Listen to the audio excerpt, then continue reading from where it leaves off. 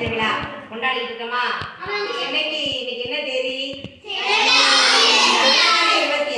ஜனவரி 26 நம்ம என்னைக்கு மறக்கக்கூடாது. அதான் நம்ம நாடு குடியரசு ஆன நாள்.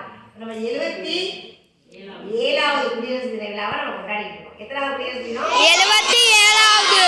இந்த குடியரசு தின விழாவில் நம்ம எல்லாரும் ஒரு உறுதிமொழி எடுத்துக்கணும். நாம என்ன செய்வோம்? எல்லாரும் ஒற்றுமையா இருப்போம்.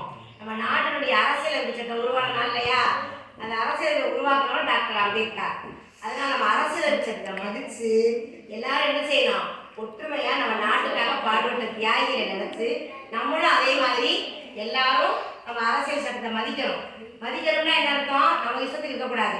இந்த பக்கம் போகணும்னா எல்லாரும் இந்த பக்கம் அந்த அரசியல் சட்டம் இருக்குல்ல, எல்லாரும் ஒழுங்கா இருக்கணும்னா ஒழுங்கா இருக்கணும். சொன்னபடி வீட்டில் ஒழுங்கா இருக்கணும். அம்மா அப்பா சொன்னபடி கேட்கணும். வீட்டில் ஒழுங்கா எந்த சட்டத்தை மதிக்கிறோம். வீட்டு சட்டங்கள் ஒன்று இருக்கு இல்லையா?